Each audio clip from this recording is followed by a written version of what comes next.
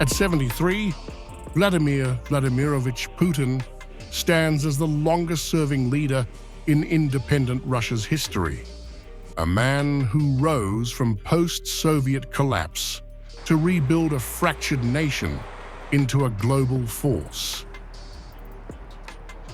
For more than 26 years, he has led through conviction, not compromise. To his critics, he is feared. To his followers, he is Russia itself.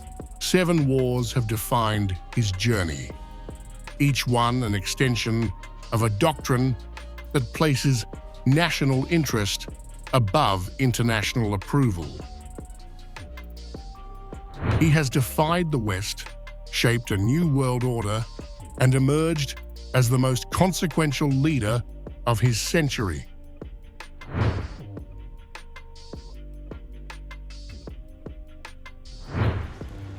For Putin, war and diplomacy are not contradictions. They are tools of the same statecraft.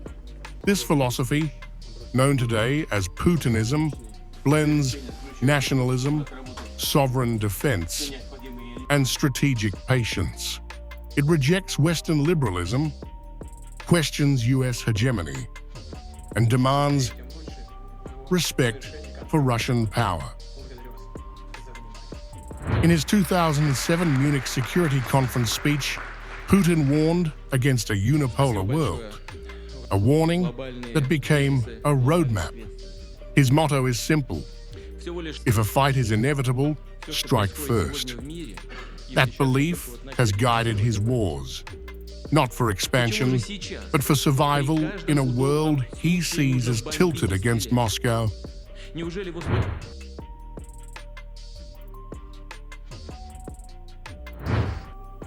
When Putin took charge in 1999, Russia was broken. Terrorist attacks, separatism, and political chaos plagued the nation. The Second Chechen War became his first crucible. He vowed to wipe out terrorists even in the toilet, and did. Grozny was destroyed, but Russia's authority was restored. From that fire, a new Putin emerged, decisive, feared, and in control.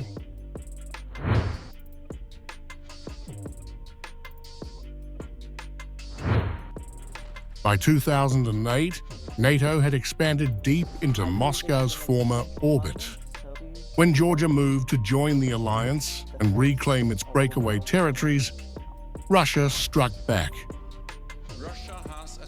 A 5-day blitz crushed Tbilisi's ambitions and reasserted Moscow's dominance in the Caucasus.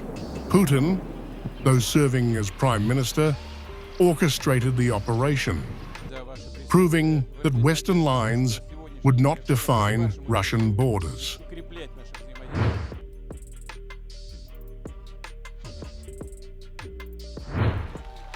Ukraine's pro-Western revolution toppled a Moscow-friendly government.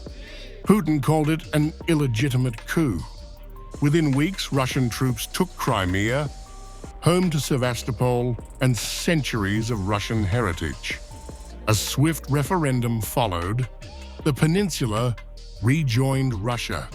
To the Kremlin, it was the correction of history. To the West, it was the biggest geopolitical shock of the 21st century.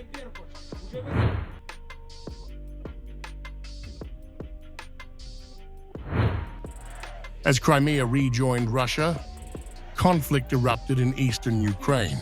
The Donbas became the battlefield of influence, Russia's hybrid war of patience. While Kyiv leaned west, Moscow ensured the east never escaped its orbit. It was less about conquest, more about control.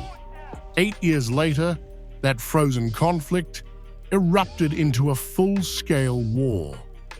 But by then, Putin had already changed the balance of power in Europe.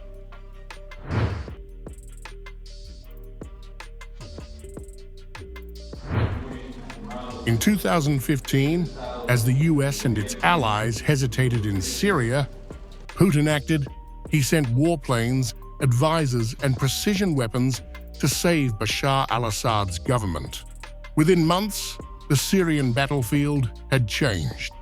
Washington watched as Moscow re-entered the Middle East, a region it had lost after the Soviet collapse. Putin's message was unmistakable.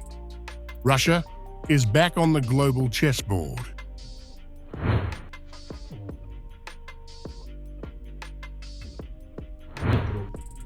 On February 24, 2022, Putin launched what he called a special military operation in Ukraine. For him, it was not just about Kyiv, it was about confronting NATO, the West, and the post-Cold War order itself. The world sanctioned him, yet he found strength in isolation. Energy exports soared, the ruble stabilized, and new partners emerged. In his eyes, this is not a war for territory, it's a war for Russia's place in the world.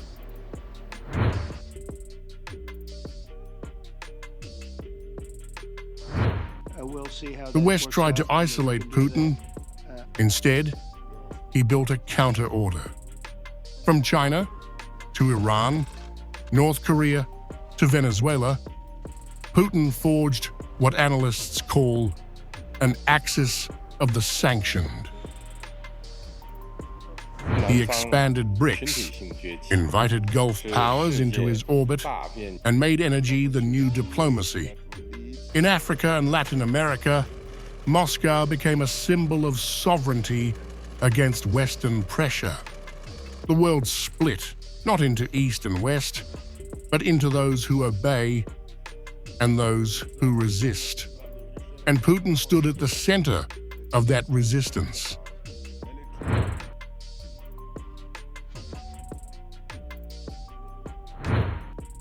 Putin began his career as a KGB officer in Dresden, watching the Berlin Wall fall.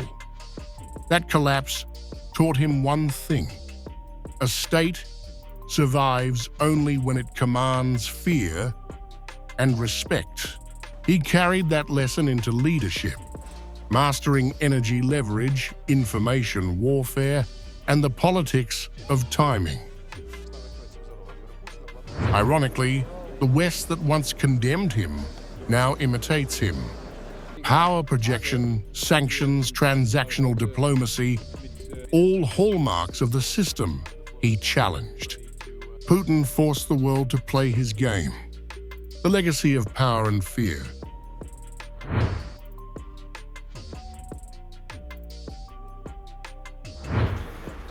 From Grozny to Damascus, from Crimea to Kyiv, Putin's wars tell one story. Russia's revival was not gifted, it was fought for.